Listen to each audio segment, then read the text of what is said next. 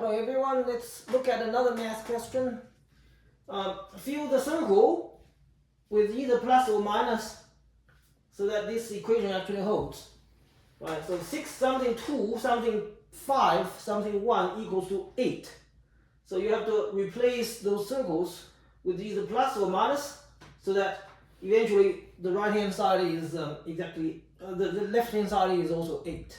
Right, so how do you actually solve this kind of question?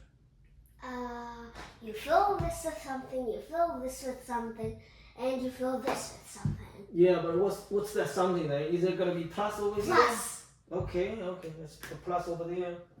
What about if you put what about here? Is it plus or minus? I didn't really think this through. Okay, you didn't think this through, but let's find a systematic way for solving that. So you can always use once you face this kind of question, right? But let's look at an example problem. For example, let's look at this kind of problem, right? 1 plus 2 plus 3 plus 4 equals to what? 1 plus 2. How do you add them together? 1 plus 4, right? That's 5, right? 7. No. And 2 plus 3, that's what? That's another 5, right? 5 plus 5 is what? 10. Right, that's 10, right? Right? Yeah. That's with all the numbers with plus in front of them.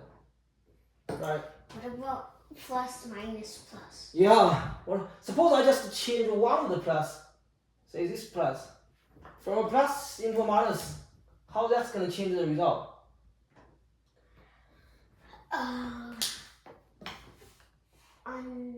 What's going to be the result now? It's not going to be 10 anymore, right? It's going to be what?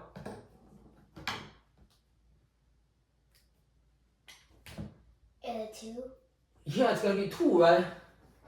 See that? Yeah. But how much it has reduced?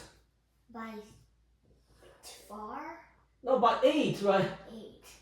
So if you change the sign in front of the 4, you're going to change the result by 8. That's double the 4, right? Yeah. Get what I'm saying? Yes. Do you see that?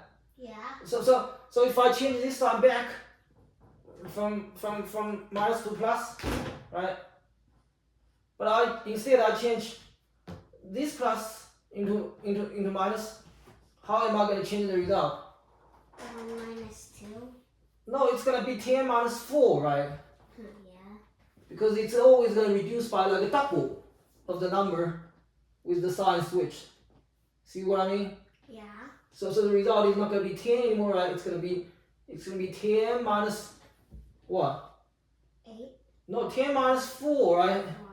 Double of 2, right? Double of 2. Do you get what I'm saying? Yeah. 10 minus 4 is what? 10 minus 4 is 6, right? Do you see how it's going to... Every time if you switch the sign in front of the number, the result is going to be changed by double that number. Yeah. Get what I'm saying? Yeah. Okay. So now let's look at this problem, okay? Minus. No, let's start with all pluses. Plus. Everything is like plus. Then what's going to be the result? So 6 plus 2, that's how many? 6 plus 2 is 8. 8 plus 5? 12, 13. 13, right? 13 plus 1? 14. That's 14, right? So if every sign is positive, then what I'm getting is a 14. It's not 8, but I want an 8, right? Yeah. So what's going to be the difference? 6. Yeah, it's going to be 6, right? So I need to actually reduce the 14 by 6 in order to get my 6, in order to get the 8. Now all minuses. No, not all minuses, right? I need to reduce 14 by 6 in order to get to 8, right? Yeah. Do you remember the example that we just did? If you want to change the output, if you want to change the result by a number, 6, right? Yeah. What do you have to do? You have to change on this side by half of it. Right? Yeah. So half of 6 is what? 3. Yeah. So to get a 3 on this side, how do you actually get a 3 on this side? You have 2 over here, right? Yeah. And then there's a 1 over there, right? Yeah. That's, if you add them together, that's exactly 3, right? Yeah. So all you have to do is to actually change the plus in front of the 2.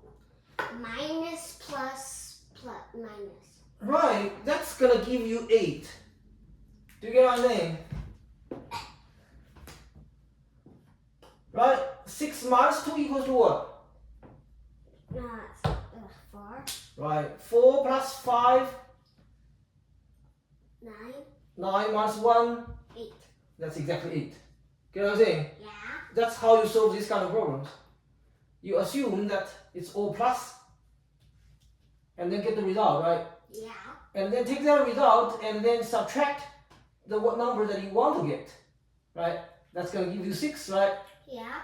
And then divide that by 2, get half of it, right? And that's the number that you have to actually come up with on this side of the equation, right? Do you see what I mean? Yeah. So half of 6 is 3, so you have to actually come up with the 3. How do you get 3? Take a look at this side, right? 2 over here, 1 over there, right? That's a 3. That's going to give you a 3. So all you have to do is to switch the sign in front of those two numbers, and then you're going to get the 8. Get what I'm saying? Yeah. Okay. Remember how to solve this kind of question, okay? Okay. You're going to see it next time. Make sure you Thank like you. and subscribe. Bye-bye. Any last words? Bye. Yeah, please like and subscribe, please.